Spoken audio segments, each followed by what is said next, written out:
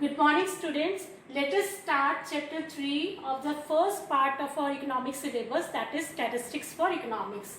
In this chapter, we will be reading organization and presentation of data.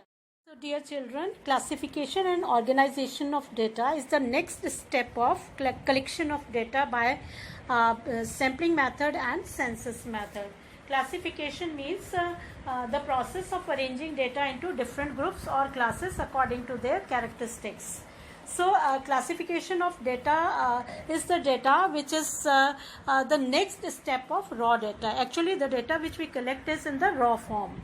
The raw data is the original form of data. It is unorganized and unclassified. It is also not in the processed form. For example, we have taken the age of 20 persons in years, like 50, 60, 54 and so on, 27, but we don't know which age belong to which person. This is raw data. Classified data is always grouped on the basis of homogeneity, which means there is similarity in the data. Systematic arrangement is there. Processed form होती है इसकी जो आपका classified data होता है. It is known as actual data और notional data. Notional means which is viewed correctly. If we want to read this classification of data, we have to classify this into 4 parts. The first part of classification of data is chronological or temporal or time series classification. Actually, this type of classification is the data which is collected on the basis of time. Time is involved in it. For example, I have taken 3 numericals, imaginary numericals data like on the basis of decades. Population is given in crores, years are given.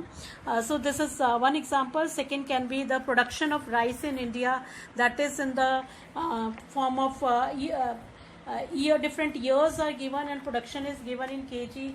And the third one is temporary, or you can say imaginary temperature is given to us. This is in January, February, March, April. So this data is classified on the basis of time. You must remember that time period should be involved in it. It may be a month or a week. Second type of data, or you can say second classification we can have with the data is geographical classification.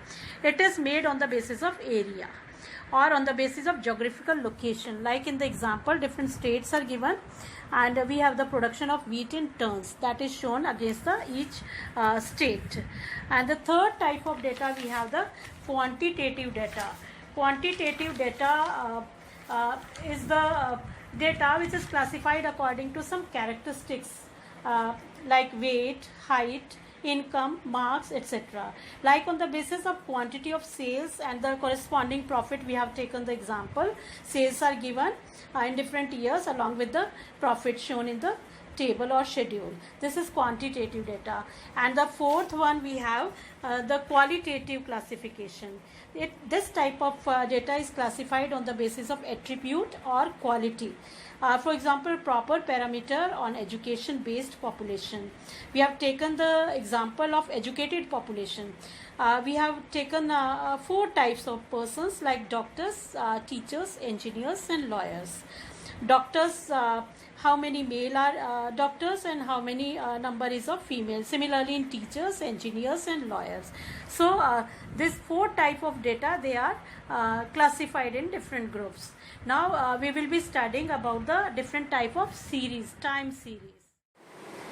We can classify the time series into 3 parts. One is individual series, second one is discrete series and the third one is continuous series. So first one is individual series will be discussed now. Individual series are those series in which data are listed as they are observed. That is, the items are listed singly. We have the marks of 8 students in serially 1, 2, 3, 4, 5, 6, 7, 8. Marks are given as 80, 70, 10, 90, 55, 30, 65 and 75. These are known as individual series. One thing you have to keep in mind, if the data is very large, you cannot form the individual series. In case of discrete series, exact measurement of item is given. Every unit of data is separate and complete. For example, we are given the age in years of some students. Some students are given here on the right hand side. That means we can find out, suppose the age of 16 students are there in the class, we can say there are 15 students in the class who are of the age of 16. Similarly, there are 2 students who are of the age of 18. These are known as discrete series. In case of continuous series, the range is decided by us. That means the frequencies are given along with the value of the variable in the form of class interval. Here wages are given in the range of 500, that is 500 to 1000, 1000 to 1500, 1500 to 2000 and 2000 to 2500. Number of workers are here. That means we can verify that the number of workers who are earning wages in between 1500 to 2000 are 10 and so on. These are known as continuous series. In the next class, I will be teaching you how these series are formed, and I will be including inclusive as well as exclusive series.